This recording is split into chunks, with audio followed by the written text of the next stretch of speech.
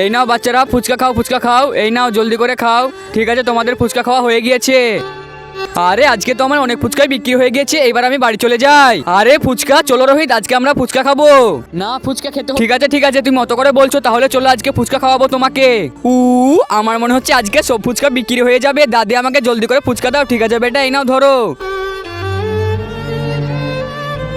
বেটা ফুচকা খাওয়ানো হয়ে গেছে, আমাকে পয়সা দাও, বাড়ি যাবো। আরে দাদি, আমার কাছে তো পয়সা নেই, তুমি এক কাজ করো, আমি তোমাকে কালকে এসে পয়সা দিয়ে যাবো।